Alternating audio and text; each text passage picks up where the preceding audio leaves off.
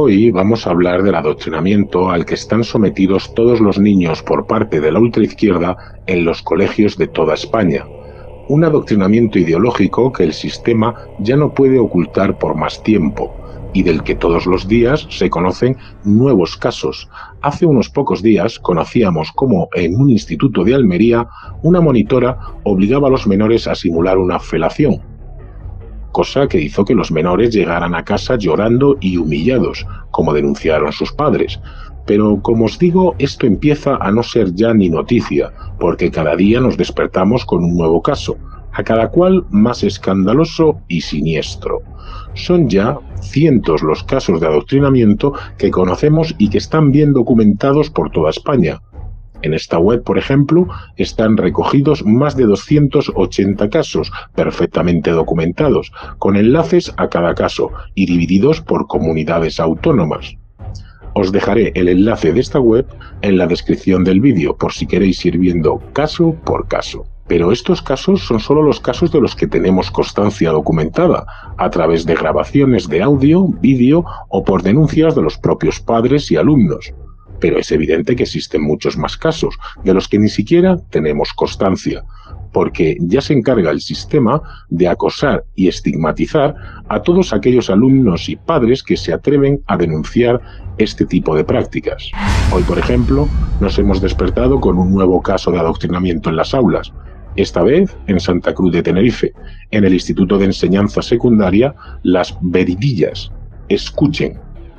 Para que luego los hijos de su Santísima Madre, fascistas de mierda, de Vox, sigan diciendo que el Estado no debe poner dinero sobre la mesa para sostener una ley que se llama Ley de Violencia de Género, ¿vale? Para que luego, a ver si una vez en este país hay gente que a la hora de depositar el voto se plantee determinadas cosas, ¿vale? Estoy cabreada así. Dolida también. ¿Saben lo que es una orden de alejamiento? Sí. Antes estoy hablando con gente que me escribieron haciendo preguntas interesantes. Un alumno me preguntó y otro alumno un alumno de segundo me dijo: Eli, la orden de alejamiento muchos se lo pasan por el balcón, como dice tú. Le digo, sí, es cierto, tiene razón. Para eso debe precisamente el Estado poner dinero para policías, para no sé cuánto, para pulseritas, tobilleras. ¿Saben lo que quiero decir con eso? Vale. Es decir, dinero. Y otra alumna me preguntó, pero, profe, las órdenes de alejamiento, ¿cuándo se establecen? Digo, cuando tu vida corre peligro. También me preguntaron, pero un tío que tiene una orden de alejamiento, me dijo otra vez un alumno del segundo bachillerato. Digo, muy bien tu intervención, porque así me da a mí pie para explicar cosas. Él tiene una orden de alejamiento y yo entonces, ¿por qué no está en la cárcel? Digo, porque precisamente tiene la orden de alejamiento porque me ha amenazado, a lo mejor. Porque me ha amenazado un día con un cuchillo, porque un día me empujó y me tiró al suelo, pero no ha pasado de ahí. Entonces no ha cometido un delito en su sentido estricto, por eso no va a la cárcel. Pero sí le ponen la orden de alejamiento, si yo presento la denuncia pertinente, porque él puede ser un peligro en potencia para mí. Porque ya me amenazó una vez, y entonces él puede ser un peligro para mí. La segunda vez me puede matar, ¿verdad? Entonces por eso existen las órdenes de alejamiento. Lo que pasa, que como me decía el alumno de segundo, sí, Eli, pero muchos, digo que sí, tienes razón, pero ¿por qué se la pasa por el Arco del Triunfo? Porque no hay suficiente dinero precisamente para ponerle a él una pulsera, para ponerle a él una pulsera o una tobillera, ¿vale? Que detecte cuando se acerca a más de X metros de su casa. ¿Vale? Pero por este tipejo, este hijo de su Santísima Madre y su Santísimo Padre, tenía orden de alejamiento. Se la pasó por el Arco del Triunfo, efectivamente. Como no llevaba ningún aparato que sepamos, la policía no lo detectó, la comisaría más cercana, obviamente, subió y se lo cargó delante de su hija de 11 años. ¿Vale? Bien, lo digo por todos estos descerebrados y descerebradas de Vox. Como le dije se lo dije al director el otro día, digo, mira, aquí en clase de otros partidos, si tengo que decir algo, lo digo pero con un tono de democrático. Con estos tíos no, Digo, y se lo he dicho a la gente, si en el barrio no le llamamos hoy un tipo o una tía de Vox que venga al instituto que va a ser director porque la profesora de historia, Kelly, dijo tal cosa en clase, me importa un dedo. Paso de fascistas. ¿Vale? Paso de fascistas. Además del lenguaje soez y chabacano que usa esta individua, a la que yo me niego a llamar profesora, porque para mí no es más que una comisaria política que se dedica en plena clase a dar mítines políticos a chavales de 13 y 14 años, difamando con mentiras a la tercera fuerza política del país, tachándola de machista, xenófoba, fascista, etc.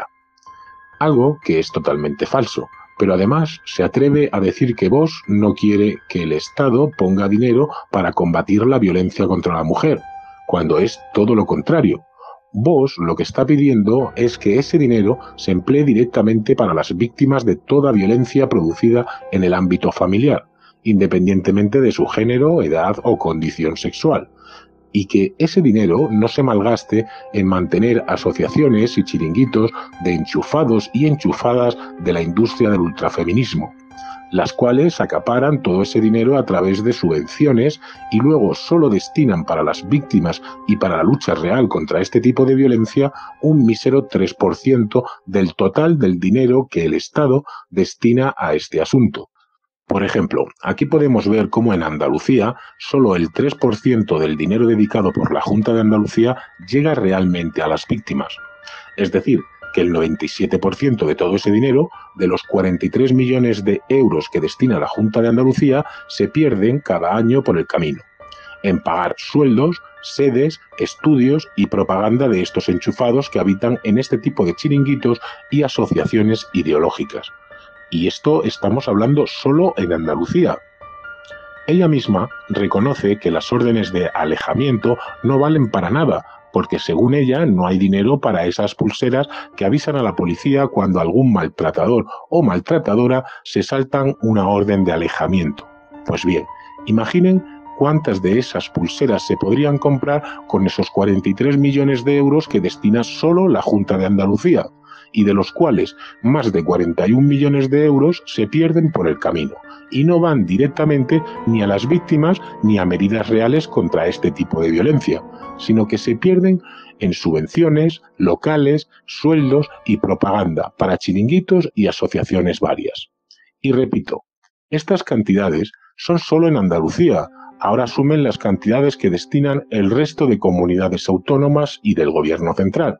Y resulta que con todos esos millones de euros no hay suficiente para comprar esas pulseras, según dice la propia comisaria política. Y yo me pregunto, ¿dónde se va todo ese dinero? Todos sabemos a dónde va ese dinero, pero a esta comisaria política no le interesa decirlo. Evidentemente, Vox también defiende que no se puede privar a la mitad de la población de su derecho a la presunción de inocencia por razón de género o condición sexual, como además recoge el artículo 14 de nuestra Constitución. En fin, sigamos. Este otro caso se produjo hace unos días en Palma de Mallorca. Escuchen. Una grabación que demuestra cómo menores de 13 y 14 años de un instituto de Palma de Mallorca son adoctrinados por su profesora de valores éticos, que utiliza la clase para darles un mitin político contra Vox. La beligerancia es máxima cuando aborda cuestiones como la ley de violencia de género o la inmigración, y los propios estudiantes se muestran indignados ante las afirmaciones que hace su profesora, que en un momento de la clase llega a decir: hay montones de hombres violadores, montones de hombres maltratadores, os tendría que preocupar por vuestra condición de hombres. Sobre la formación que lidera Santiago Abascal, dice la profesora que es un partido xenófobo, racista i elitista. Quina desgràcia que un partit que és xenòfob, racista, masclista, nega la violència de gènere, per tant és masclista, que és homòfob, etc., hagi entrat en el Parlament. Puedo esperar de esos alumnos que ponen en duda y si las mujeres denuncian falsamente. ¿Sabéis lo que pasa? Que es que hay montones de hombres violadores. Hay montones de hombres maltratadores. Y esto yo entiendo que os tendría que preocupar, pero que os tendría que preocupar precisamente por vuestra condición de hombres. Es decir, ¿qué pasa a los tíos? ¿Qué les pasa? Yo no quiero ser así. Yo no quiero ser así. Lamentable a la vez que repugnante. Esta individua no solo difama con mentiras a una formación política constitucional y democrática que representa a casi 4 millones de españoles, sino que además intenta culpabilizar y discriminar por razón de sexo a los niños de esa clase por el simple hecho de ser hombres. Es decir, para mí esta comisaria política va más allá del adoctrinamiento y podría estar incurriendo en un posible delito de odio al responsabilizar a todos los hombres por el simple hecho de ser hombres de los delitos que algunos hombres hayan podido cometer. Es como si a alguien culpabilizara o responsabilizara a todas las niñas por su condición de mujeres de los delitos que algunas mujeres también cometen de forma mayoritaria en el ámbito familiar. El siguiente caso que os voy a poner va todavía más allá. Este caso es para mí el más perturbador y criminal de los 3 que os he puesto hoy. Se produjo en Fuerteventura. Escuchen lo que esta profesora de la ESO, que además es concejala socialista, enseña a sus alumnos. Castración selectiva. ¿No que se levantó para arriba, no? ¿Cómo que castración? Profe, no. ¿Cómo que castración? Y digo selectiva, ¿no? Pero, profe, si estás diciendo que no la violencia. Te dije que el problema era la implantación. El problema, no digo que sea bueno. Ya. Profe, Pero el fin justificaría aquí los medios. Claro, salvar el planeta justificaría castrar al 25% de la población. ¿A qué está diciendo ya que no? Pero si a nosotros nos cortan el clítoris y no pasa nada. El nivel de lo que podría ser, y dije, el problema es la implantación, o sea, hacer que los hombres dejen de gobernar para que nos den el poder a nosotros. ¿Voluntariamente lo van a hacer? No. La castración selectiva. Sí, pero que se van a oponer. No, al nivel del que ustedes lo van a hacer, no, porque hay que nada más nacer. Ustedes saben que existe la figura de los castrati en música. profe, si los casos no pueden tener hijos, no pueden tener hijos. La población. Es verdad, no pueden tener hijos. ¿Y los se lo digo? Porque sacaron juntos. No, selectiva, dije, lo tengo acá. ¿Y para quién? ¿Y para quién? ¿Para quién no te decide? Exacto, cállate. Vale. Les digo, alguien dijo el otro día que estaba escribiendo un libro, se llama Matria. Y estoy por ahí con esas cosas, ¿cómo implantarlo? Yo ya lo tengo, mi libro lo tengo, pero es Profe, es muy fuerte. muy fuerte, sí, es muy fuerte. Profe, pero ¿para qué te sirve acumular huevos? Vale. Hay una receta que se llama Yo creo que no los huevos de toro y coñac, pues una idea. Pero es que para que ellos no tengan hijos. Pero eso es lo que no tenemos. Vamos a ver. Si tú le cortas los huevos a los niños nada más nacer, no solo no van a poder tener hijos, sino que no van a desarrollar una serie de hormonas que no le van a dar fuerza física.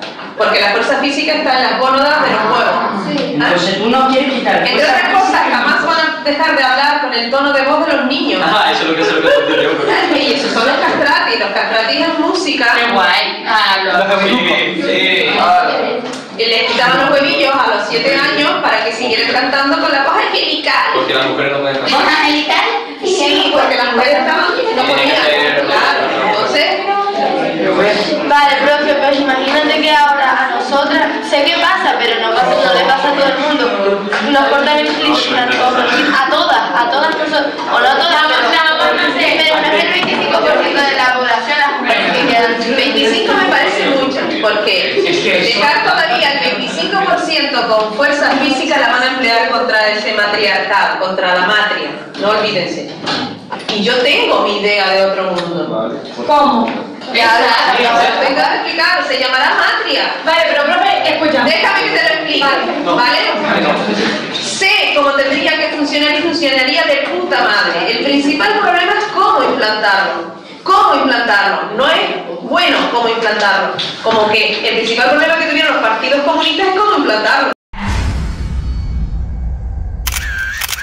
Esta profesora canaria de la ESO y concejala del Partido Socialista, además de soltarle estas salvajadas a los chavales a los que da clases, se dedica también en clase a hacer una defensa férrea del régimen bolivariano de Venezuela.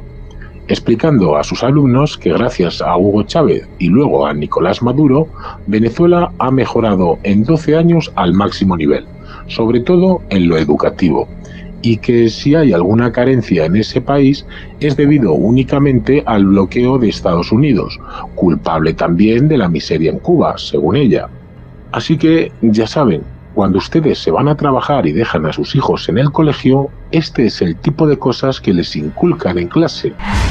Y luego, cuando Vox quiere implantar un PIN parental para que los padres tengan al menos el derecho de poder decidir si sus hijos asisten o no a este tipo de charlas ideológicas, o por lo menos que conozcan el contenido de tales charlas, pues nos vienen los señores del PP, de Ciudadanos y Federico Jiménez Los Santos y nos dicen que lo del PIN parental de Vox, que es una tontería, que no hace falta.